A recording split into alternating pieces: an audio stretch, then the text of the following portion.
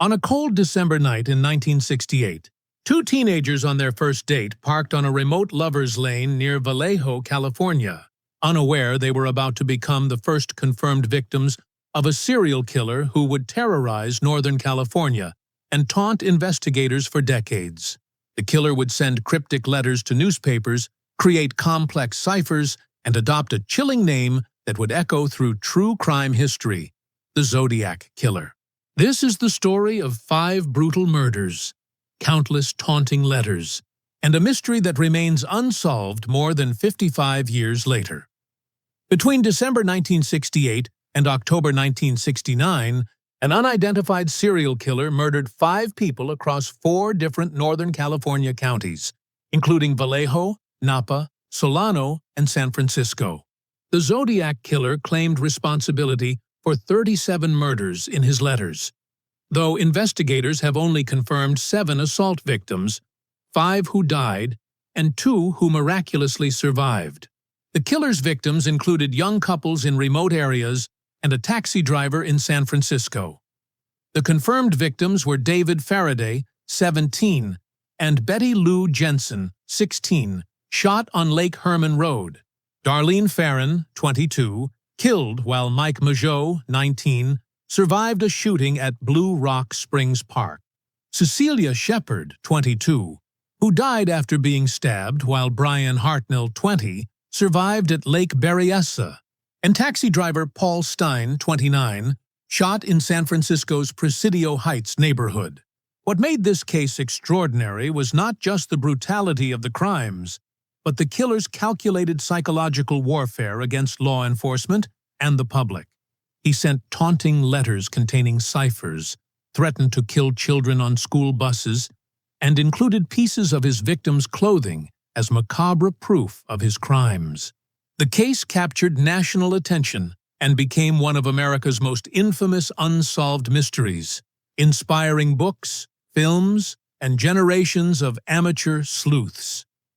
The terror began on December 20, 1968, when David Faraday and Betty Lou Jensen went on their first date to a popular lover's lane on Lake Herman Road in Benicia. Around 11 p.m., a vehicle pulled up beside their parked car. Within moments, both teenagers were shot. Jensen was struck 5 times in the back as she tried to flee, while Faraday was shot in the head at point-blank range. A passing motorist discovered their bodies shortly after midnight. For months, the case went cold with no leads, no suspects, and no apparent motive. 7 months later, on July 4, 1969, the killer struck again at Blue Rock Springs Park in Vallejo. Darlene Ferrin and Mike Mageau were sitting in a parked car when a vehicle approached and shone a bright flashlight into their car before opening fire. Ferrin was killed, but Mageau survived despite being shot multiple times. Roughly 1 hour after the attack, a man called the Vallejo Police Department from a payphone, calmly stating, "I want to report a murder." No, a double murder. The caller claimed responsibility for both the Blue Rock Springs attack and the earlier Lake Herman Road murders before hanging up. On August 1st, 1969, 3 Bay Area newspapers received identical handwritten letters that began, "Dear Editor, I am the killer of the 2 teenagers last Christmas at Lake Herman." The letters contained details about the crimes that only the killer and police could have known, including the number of shots fired and what the victims were wearing. Each letter included 1/3 of a 408-character cipher and was signed with a distinctive symbol, a circle with a cross through it, resembling a gun sight or zodiac sign. The killer demanded the ciphers be published on the front pages, or he would go on a weekend killing spree. Within a week, 2 school teachers, Donald and Betty Harden, cracked the first cipher, revealing the chilling message, "I like killing people because it is so much fun." On September 27, 1969, the Zodiac altered his approach. Brian Hartnell and Cecilia Shepard were having a picnic at Lake Berryessa when a man wearing a black executioner's hood with a white cross circle symbol approached them. He claimed to be an escaped convict needing their car and money, then tied them up before brutally stabbing them multiple times. Hartnell survived by playing dead, but Shepard died 2 days later from her injuries. Before leaving, the killer used a felt-tip pen to write on Hartnell's car door dates of his previous attacks, the location, and his cross-circle signature. Hours later, he called the Napa County Sheriff's Department from a payphone to report the double murder. Though the phone was left hanging when police arrived, a palm print was lifted from the phone, but never matched to any suspect. On October 11, 1969, the killer changed his victim profile entirely. In San Francisco's Presidio Heights neighborhood, taxi driver Paul Stein picked up a passenger who shot him in the back of the head at close range. Witnesses saw a stocky man in his late 30s wiping down the cab before walking away calmly. Days later, the San Francisco Chronicle received a letter containing a blood-stained piece of Stein's shirt, proving the writer was the killer. The letter also contained a threat. He would target a school bus full of children next. Fortunately, this attack never materialized, though it terrorized parents across the region. Between 1969 and 1974, the Zodiac sent at least 18 letters to newspapers and police. The most famous was the 340-character cipher sent to the San Francisco Chronicle in November 1969. This cipher remained unsolved for 51 years until December 2020, when an international team of codebreakers using advanced computer programs finally cracked it. The message read, "I hope you are having lots of fun in trying to catch me. I am not afraid of the gas chamber because it will send me to paradise all the sooner." 2 ciphers remain unsolved to this day. The Zodiac case presented unprecedented challenges for law enforcement. Because the murders occurred across multiple jurisdictions, Benicia, Vallejo, Napa County, and San Francisco, coordination between agencies was difficult. Each department had its own leads, suspects, and theories, and the lack of a centralized database in the 1960s made information sharing nearly impossible.